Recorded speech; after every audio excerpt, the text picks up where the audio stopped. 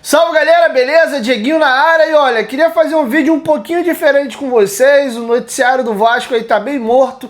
Tem uma novidadezinha outra aqui a colar, mas eu acho que tem um tema que eu tenho visto muitas discussões acontecendo, seja no chat aqui dos nossos próprios vídeos, às vezes algumas pessoas postando vídeos aí em redes sociais, e eu queria fazer uma reflexão. Eu acho que esse debate que eu vou fazer agora é mais importante do que uma notícia ou outra que saiu no dia do Vasco hoje, que é o debate. Afinal de contas, o elenco do Vasco realmente é ruim? Teve um comentário de um inscrito, tá passando para vocês aí na tela no vídeo de ontem, que repercutiu muito.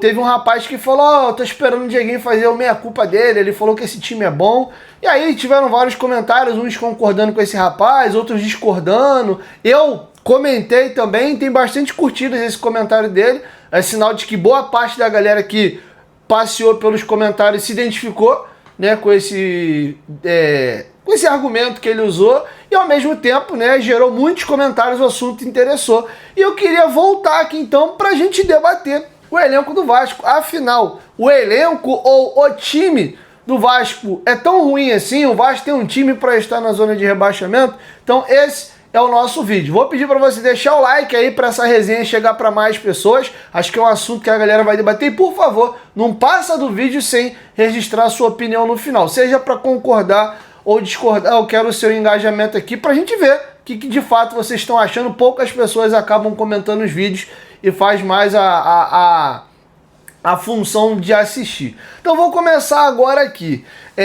Pegando primeiro a linha de raciocínio, antes de eu pontuar individualmente alguns jogadores, eu acho que a galera muitas das vezes confunde desempenho com papel, né, com peças. Porque um time ele é formado de várias coisas, né? Vamos lembrar que dentro de uma mesma temporada às vezes tem oscilações, e até oscilações muito para cima e depois uma bizarra muito para baixo. Já vimos times no futebol brasileiro que foi rebaixado tendo feito um baita primeiro turno ali no meio da tabela, até flertando com o Libertadores, e acabaram rebaixados, e vice-versa. Vários times que escapam da zona do rebaixamento fazem campanhas horrorosas e acabam o primeiro turno afundado na zona e dado como rebaixado, e tem uma campanha absurda de recuperação no retorno. Campanha essa que, se fosse considerar só o turno, brigaria para título, alguns até para brigar por Libertadores.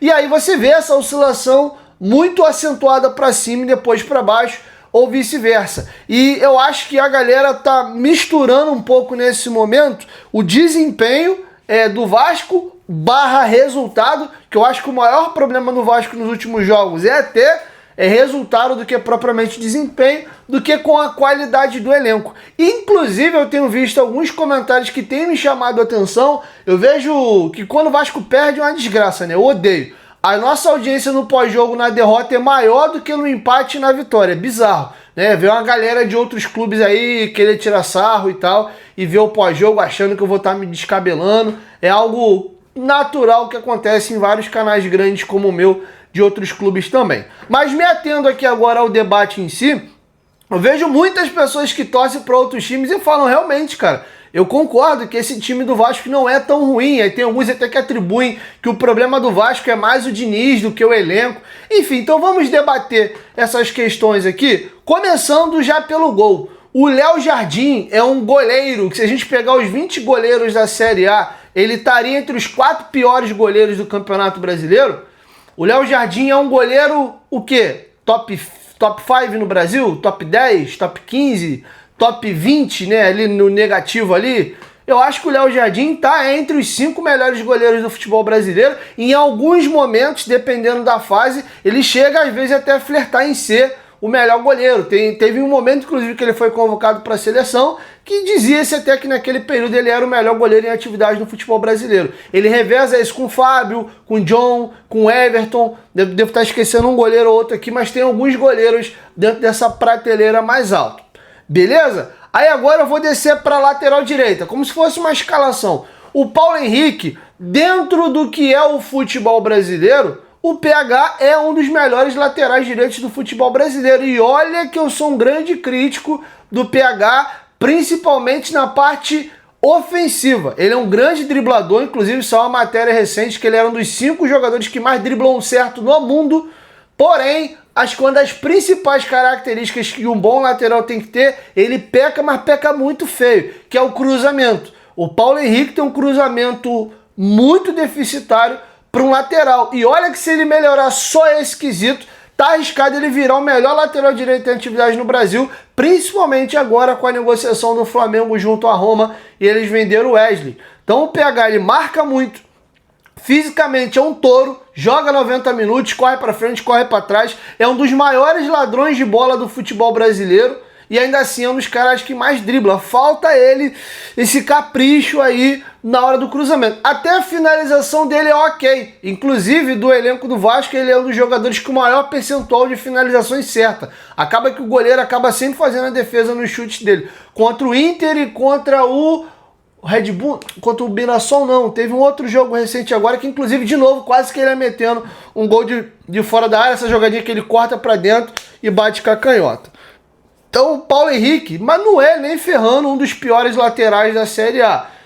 Ele tá tranquilamente entre os 5 melhores laterais aí do futebol brasileiro, mesmo com esse asterisco aí do cruzamento. E venhamos e convenhamos, na minha opinião, lateral é a posição mais carente no mundo. A gente tem carência de grandes laterais no planeta, que você fala, mano, esse cara aqui é embaçado. Beleza? Mas o PH, com tranquilidade, se você for até um cara pesar um pouco mais a mão, dá pra falar que ele tá entre os 8, entre os 10. Então não seria por causa do PH que o Vasco teria um jogador nível aí e lutar contra rebaixamento. Aí aqui pra mim vem o grande calcanhar de Aquiles do time do Vasco, que é a zaga. E olha, que defesa, já diz aí no ditado popular da bola, que ganha campeonato.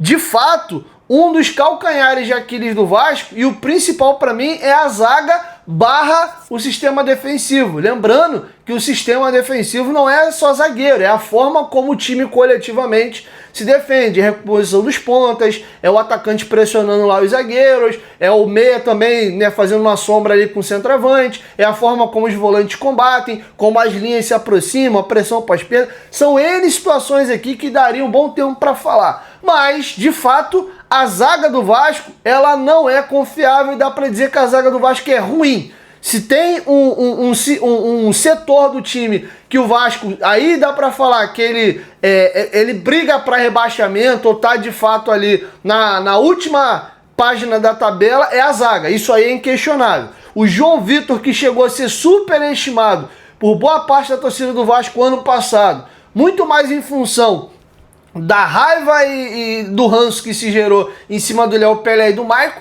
do que propriamente pelo desempenho do João Vitor. Foi dar protagonismo ao João Vitor, ele assumir definitivamente a zaga, ele tá ocupando a mesma alcunha que era do Léo Pelé no ano passado, aquele zagueiro que a galera fala, acabou, meu Deus, não joga mais, tira ele, ao ponto da torcida ter gritando o jogo inteiro em São Januário, tira o João Vitor, quando ele pega na bola, toma vaia. Então eu acho que de fato ali a zaga do Vasco é complicada. E o lado direito inteiro de defesa, ou melhor, o lado direito inteiro da zaga é ruim. O João Vitor, por incrível que pareça, na minha opinião, ele é o menos pior. O Maurício Lemos é muito limitado. Se for para escolher entre Maurício Lemos e João Vitor, com todos os problemas, eu prefiro manter o João Vitor. Pelo menos ele tem velocidade. O Maurício Lemos é um jogador muito lento e é um cara que erra muito. Só em 2 jogos ele tem pelo menos 4 falhas. É o gol que ele dá a paçoca contra o Mirassol, e só no jogo do Del Valle ele participa de 2 gols que ele não briga direito ali pela bola e depois ele faz um pênalti tosco, tá? Aí dá pra dizer, pô, ele jogou pela esquerda no jogo do Mirassol, mas pô, mano, foi um passe... Pô, qualquer peladeiro acerta um passe de 5 metros para um zagueiro que tá na direção da tua linha. Ele deu um peteleco na bola e o cara antecipou o João Vitor ali, roubou a bola e a gente acabou tomando o gol. O Lucas Oliveira, hoje é o último zagueiro na nossa lista de defensores. Realmente, o Lucas Oliveira não é um zagueiro confiável, então todo esse lado direito de defesa do Vasco comprometido. E por incrível que pareça, o lado que eu acho menos pior ou menos ruim, se dá para colocar dessa forma, é o lado esquerdo. O Luiz Gustavo começou fazendo bons jogos e o Diniz simplesmente alijou o moleque assim de maneira estranha. O Lucas Freitas, pra mim, dos zagueiros que tem revezado na zaga, é o que erra menos. É um cara que também tem boa saída de jogo, tem velocidade. Peca um pouquinho a questão da estatura. Ele é um zagueiro baixo e o Vasco, nessas bolas alçadas na área, que o Vasco tem tomado muito gol de cabeça. É um dos times da Série A que mais toma gol de jogada aérea. Isso realmente traz uma preocupação. Mas dentre o que os zagueiros do Vasco apresentam, o Lucas Freitas seria o meu zagueiro intocável ali. No ruim, o Luiz Gustavo. Para mim, não justifica. E só piora a situação pro lado do Diniz, porque ele bota o Hugo Moura de zagueiro pela esquerda, ele bota o Maurício Lemos torto na esquerda, mas ele não usa, na minha opinião, o zagueiro que menos erra ou o zagueiro mais regular ou menos pior na temporada, que é o Lucas Freitas, e um menino que estava despontando bem, ele encostou, que foi o Luiz Gustavo. Então, de fato, a zaga do Vasco é uma zaga que briga na beirola da tabela ali e é preocupante. Vamos para a lateral esquerda. O Piton já jogou mais bola do que ele vem jogando atualmente. Contra o Mirassol, é dele os 2 cruzamentos pro gol do Vasco. O gol do Puma é uma assistência direta, ele cruza, o Puma faz o gol de cabeça, e o gol do Verratti é uma pré-assistência. Ele cruza, o Puma escora para trás, o Verratti domina e faz o gol do empate. Mas o Piton vem falhando muito defensivamente. Mas ainda acho que é uma questão de ajuste. E voltando para tal tabelinha e olhando individualmente, o Lucas Piton já viveu em 2023 e 2024 ali momentos para ser um dos 5 melhores laterais esquerdos do país. Hoje, pela fase, pela média dele de ataque barra defesa, eu colocaria ele ali na meiuca, né? No meiuca para baixo, vai. Se a gente for fazer ali um G20, ele seria talvez ali um 12º, ficaria mais ou menos ali um 10º lugar pelo meio do caminho, nem tão para cima, nem tão para baixo pela média, mas pensando em sistema defensivo, temos 2 zagueiros que não são confiáveis e um lateral esquerdo que defensivamente deixa muito a desejar. O Vitor Luiz é um jogador que de fato é um lateral preocupante. E o Leandrinho, cara, que começou muito bem, é um moleque que inclusive faz bastante gols no ataque, defensivamente nunca foi frouxo. O Diniz tem usado pouco, não sei se essa questão está vindo no mundo árabe, precisando de uma readaptação. Espero que o Diniz comece a dar mais minutos ao Leandrinho e até eventualmente, por que não, botar ele de titular na vaga do Piton. É bem verdade que ele fez um jogo em São Januário recente, não sei se foi o jogo do Grêmio, acho que foi o jogo do Grêmio, que ele não entrou bem no jogo não, mas tá feito aqui o balanço aí das laterais, zaga e goleiro. Agora eu vou pro meio de campo. O Hugo Moura e o Tietê, pegando a dupla, pô, de boa. Essa dupla de volante é uma dupla de volante de um time que luta contra rebaixamento. O Hugo Moura, assim como outros jogadores no elenco, ele já oscilou, já teve momentos melhores, piores. Esse ano mesmo ele andou numa sequência de jogos ali, um gol contra São Januário, não vou lembrar agora contra quem.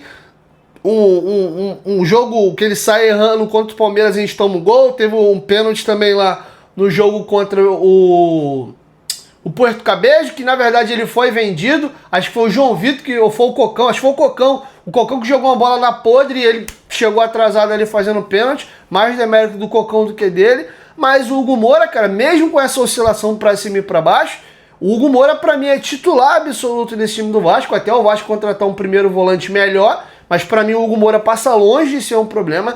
E o Hugo Moura, se fosse fazer um G20 ali, ele seria um volante ali, top 10, top 9, top 11. É um volante ali de meiuca. O Tietê eu boto ali. O problema é que segundo volante tem muito jogador de boa qualidade no Brasil. Mas tranquilamente o Tietê é top 8. É um dos 8 melhores segundo volantes aí do futebol brasileiro. Isso se você desconsiderar que em determinados times, talvez como o Flamengo, que tem 2, 3 jogadores por posição, considerando uma escolha individual só por equipe, e considerando as 20 equipes e as 19 que a gente concorre, acho que dá para botar o Tietê ali no top 8. Aí caindo para meia, o Coutinho e o Nuno revezam com essa armação. Já os que o Coutinho ficou fora, o Nuno assumiu a armação. O Coutinho e o Nuno são meias de criação que na lista dos 20 clubes da Série A estão entre os 4 piores meias do futebol brasileiro.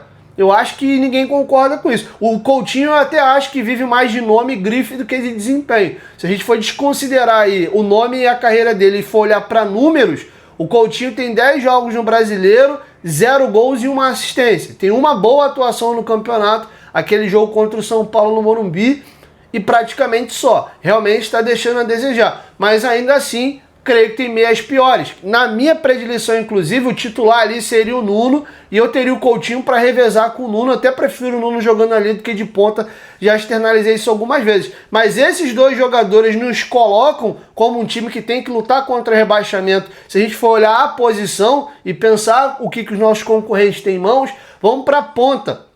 A ponta esquerda hoje reveza o Nuno e o David. O David e o Nuno estão na lista aí dos 4 piores pontas aí esquerdos do campeonato. Eu acho que a gente, de fato, não briga entre os melhores, tá? Tem muitos times aí com pontas interessantes. Até o Fortaleza talvez tenha pontas mais agudos e com mais qualidade do que o Vasco. E é um time que está também na zona de rebaixamento. Mas daria para o Vasco, com relação a beiradas, que eu acho que depois da zaga é o segundo setor que mais me preocupa um pouquinho, principalmente em quantidade. Quando você precisa substituir o titular, a coisa cai num nível assim meteórico. Eu colocaria o Vasco não entre os 4 piores pontas esquerdas ou até ponta direita do futebol brasileiro. A gente estaria ali na 12ª colocação, e na ponta direita idem. O Ryan é um dos piores pontas direitas do futebol brasileiro. O Verratti, que eu acho um caneleirozaço, é o artilheiro do Brasil com 21 gols. É um cara que ele tem um modelo de jogo muito específico, ele é um dos melhores jogadores do planeta no jogo aéreo, na arte de cabecear, mas muito deficitário em outros quesitos, que é domínio, pivô, velocidade, drible, posicionamento, enfim, ele deixa muito a desejar em outros quesitos. Mas, se a gente for olhar aí os centroavantes do futebol brasileiro, não à toa ele é o 3º artilheiro do campeonato e é o artilheiro do Brasil. Não dá pra dizer que esse cara, mesmo com todas as ressalvas que eu fiz, é um dos piores atacantes da Série A. Muito pelo contrário, desde a contratação dele pelo Vasco, em 2023, desde que ele estreou contra o Grêmio em São Januário, ninguém fez mais gols do que ele no Campeonato Brasileiro. Acho que quem poderia ter mais gols era o Pedro, mas o Pedro teve uma lesão grave de joelho no Flamengo e ficou quase um ano afastado aí dos gramados. Então, mesmo com a deficiência que eu consigo ver no Verratti, a gente tem que colocar ele entre os principais artilheiros do futebol brasileiro. O que me incomoda às vezes é essa super proteção e a não ida dele para o banco de jeito nenhum, e até a não substituição dele nos jogos.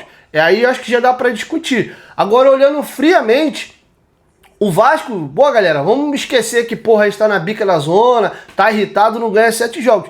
Esse time tinha obrigação de render mais. A gente precisa urgentemente melhorar a nossa zaga e termos melhores opções no banco. Se a gente for olhar o banco de reservas, aí eu acho que é problemático. De fato, quando a gente tem desfalque ou precisa mexer, a parada dá uma azedada. Entra de volante ali o Matheus Carvalho, que não vem nada bem. O Jair, que tem entrado pouco, mas também não tem agregado tanta coisa. O Paulinho está na fase tenebrosa. O Thiago Mendes, vindo do Catar, não tem conseguido agregar. É muito cedo para cravar isso já, mas esses 3 primeiros jogos dele aí não agregou nada. O Estrela hoje não consegue nem entrar em campo. Ele entrou pouquíssimos minutos no jogo contra o Del Valle e já não entrou mais. Então hoje é um jogador que não dá nem para considerar. O Alex Teixeira também, quando entra, não consegue agregar muita coisa. O GB fez 10 minutos interessantes contra o Del Valle, mas lesionou. Não dá nem para dizer se realmente, porra, ele vai deslanchar ou não no profissional. Vinha voando no sub-20.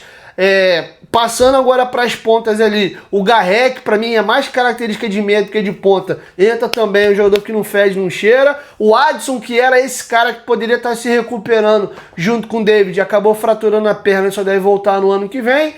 O Lloyd, só Jesus na causa. O Jean Davi não vai nem relacionado mais para os jogos. Então o banco do Vasco realmente é um negócio desesperador. A gente tem laterais que você consegue dizer, pô, cara, consegue me entregar. O Puma mostrou quanto o Mirassol, porra, que é um cara que pode inclusive ser mais utilizado nessa escassez desgraçada de ponta. Por que não tentar, no modelo do Diniz, mais orientado, aproveitar ele quando o Ryan sair, botar o Puma, fazendo um jogo um pouquinho diferente e ter ele de ponta? Acho que poderíamos fazer essa tentativa, o Diniz ainda não fez, mas eu acho que é um cara que poderia jogar. O Leandrinho também é um cara que eu acho que pode agregar ali. Num jogo ou outro, se você quiser se defender, fechar a casinha ali, o Vitor Luiz quebra um galho ali como um lateral defensivo. Então acho que a lateral da gente está até bem coberta. Então, numa posição ou outra aqui, eu acho que o Vasco tá ok. Então, assim, o Vasco é um elenco que tem limitações e deveria ser um time com essa formatação de elenco, um time de meio de tabela para baixo. Se a coisa tivesse esquisita, o Vasco era para flutuar ali entre 10º, 13º. Se a coisa tivesse muito ruim, era pra gente estar nessa faixa de campeonato aqui. 14º. A gente não tem nem a pau um dos 4 piores elencos do país, desculpa, não tem. Esse time era para render mais. Aí a gente vai entrar em outras questões, que aí eu acho que tem a ver com o próprio Vasco. Eu acho que o Vasco, como clube, ele puxa o jogador para baixo. Não sei se isso é mental, quando o cara chega ali, ele abraça o espírito do fracasso, eu não sei. Mas alguma coisa esquisita acontece no Vasco, que bons jogadores chegam aqui e às vezes não conseguem desempenhar o seu melhor futebol. Eu não tenho a menor dúvida que se a gente trocasse de elenco com o Mirassol, o Vasco estava com a pontuação do Sport.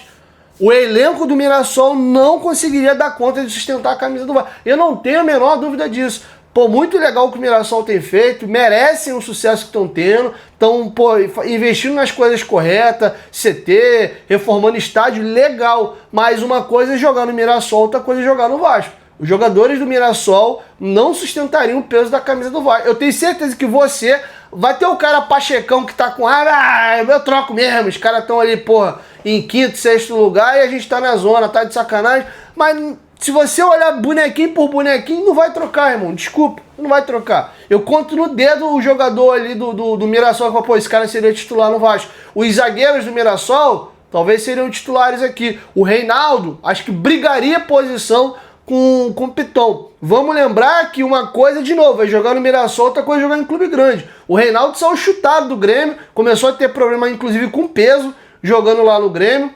A reta final dele de São Paulo também, a coisa já estava bem claudicante, tendo muito problema com a torcida do São Paulo. Então, foi para um time menor e conseguiu se reencontrar. Tem um cara que tem um exemplo muito típico disso aqui no futebol brasileiro, que é o Juninho Capixaba. Começou, quando ele pega equipes ali com menos pressão, o Red Bull Bragantino, e a primeira equipe que ele começou a se destacar agora, que me fugiu o nome, ele é bem. Quando ele pegou Corinthians, pegou Grêmio, a coisa já não andou. Então tem jogadores e jogadores que conseguem render em determinados ambientes. Então essas coisas é importante a gente classificar. E o próprio Fernando Diniz, que eu acho que ele tem que ajustar algumas teimosias dele, mas é um treinador que, se a gente for olhar os últimos anos do futebol brasileiro e falar de trabalho, cara, ele tá entre os melhores trabalhos do futebol brasileiro. É bem verdade que ele teve um 2024 horrível, tanto no Fluminense como no Cruzeiro, e no Vasco esse ano, que é o único trabalho dele, a coisa tá rateando. O time às vezes até desempenha, mas o resultado não vem. Que no final de contas o mais importante é o resultado. Então tem que melhorar? Tem. Tem que contratar? Tem. Tem problema? Tem. Apontei vários aqui, a zaga, o banco, beleza. Agora, falar que esse time é uma porcaria, que o Vasco tem time para ser rebaixado ou para lutar contra o rebaixamento do campeonato todo, eu não concordo. É bem verdade que nome e papel não jogam, e eu já vi times, inclusive melhores do que esse do Vasco, serem rebaixados. O Cruzeiro fez a melhor campanha da fase de grupos da Libertadores, foi eliminado na Libertadores ali no mata-mata, num jogo apertado, estoura a denúncia lá da corrupção no Cruzeiro, a matéria do Fantástico, e o Cruzeiro explode. Aquele baita time do Cruzeiro que vinha de títulos em sequência, fez isso aqui e acabou rebaixado. O Grêmio com Douglas Costa e companhia limitada, olha o time do Grêmio no papel, e aquele time foi rebaixado, se eu não me engano, em 2020, caiu junto com a gente. Não era time nem a pau para ser rebaixado. O Inter, no seu primeiro e único rebaixamento, também não tinha time para cair. Então essa questão de não ter time para cair garante que você não vai ser rebaixado, isso é uma falácia. O Fluminense ano passado, com o elenco campeão da Libertadores, foi escapar do rebaixamento na última rodada. O futebol prega essas peças. Então é aí que eu falo que a galera tem que saber separar. No papel, o time não era para estar na condição que está, porém, por N fatores, um acúmulo de incompetência e de erros individuais, né, um buraco ou outro aqui no elenco, e o nosso próprio ambiente, que é ruim, puxa para baixo, isso somado pode sim fazer com que o Vasco rebaixe. Não estou dizendo que o Vasco não é candidato à queda com o elenco que tem e com o que está vivendo. É sim, hoje o principal objetivo e o que deveria ser o único foco do Vasco no momento é somar ponto e quem sabe até numa arrancadinha aí largar para trás esse negócio de rebaixamento. Se não abrir o olho, vai sobrar só isso pra gente daqui pro final do ano. Então, não misturem as coisas, uma coisa é o desempenho, outra coisa é o elenco, outra coisa é a mistura dessas coisas aí todas juntas, tá bom? Então sim, vou continuar mantendo. O elenco não é tão ruim, o que não quer dizer que o momento não seja uma porcaria. E tem um detalhe também que a gente muitas das vezes esquece na equação, que uma coisa é nome, outra coisa é equipe. O futebol, no final de contas, um time é a soma das peças.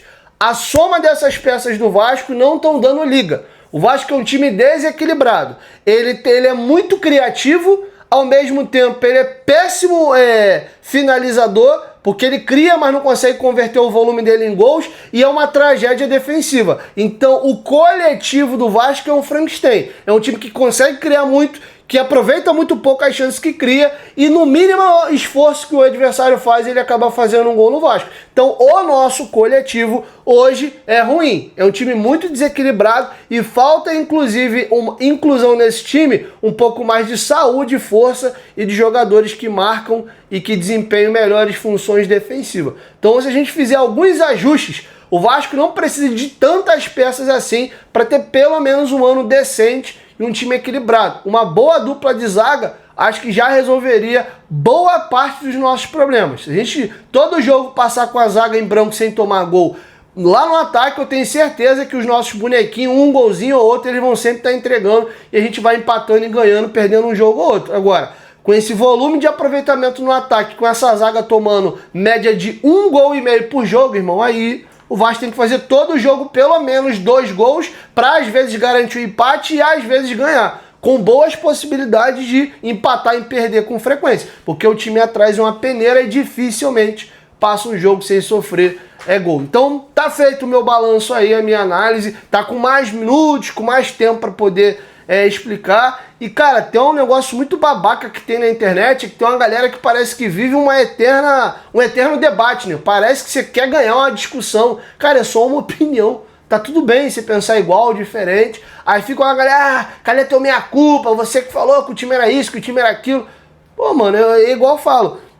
Eu fui um cara que fiz muito lobby pelo Diniz, eu tenho criticado muito o Diniz nos últimos jogos, apesar de identificar que também tem bom trabalho dele e algumas questões eu vejo um desempenho do Vasco um pouco superior ao que o Carille e outros treinadores apresentaram. O problema é que a vitória em si não tá vindo. Então dá para criticar o Diniz sem achar que ele é o maior problema do Vasco e tudo que tá de errado o problema é dele. Ao mesmo tempo, vale para o presidente Pedrinho. Eu vejo coisas interessantes acontecendo administrativamente, porém o futebol do Vasco é uma tragédia. Então não dá para ser só, não, porra, tá tudo bem porque ele tá resolvendo algumas questões administrativas, ou tá tudo uma bosta porque somente o futebol é que vale e tá tudo uma bosta no futebol. Então falta às vezes a galera esse híbrido, sabe? É balancear coisa boa com a negativa para poder fechar aqui um raciocínio. Parece que é assim, ou é tudo bom ou é tudo uma merda. Eu nunca fui esse cara e a minha tendência de pessoa, de ser humano, é sempre ser o cara do meio termo. Poucas vezes vocês vão me ver tá tudo muito bom ou tá tudo muito uma bosta. Eu sou mais o cara do meio termo, de vez em quando eu sou ser humano, bate um desespero, né? Eu também tendo a ser às vezes um pouco muito pessimista, mas eu acho que tem muito mais a ver com o sentimento de carregar o Vasco no coração nesses últimos anos, que faz a gente ter um olhar mais pessimista do que otimista pelas coisas. Mas é isso, acho que o vídeo ficou grande, mas deu aí pra pescar bastante coisa. Quero te ouvir, deixa a sua opinião aqui embaixo nos comentários.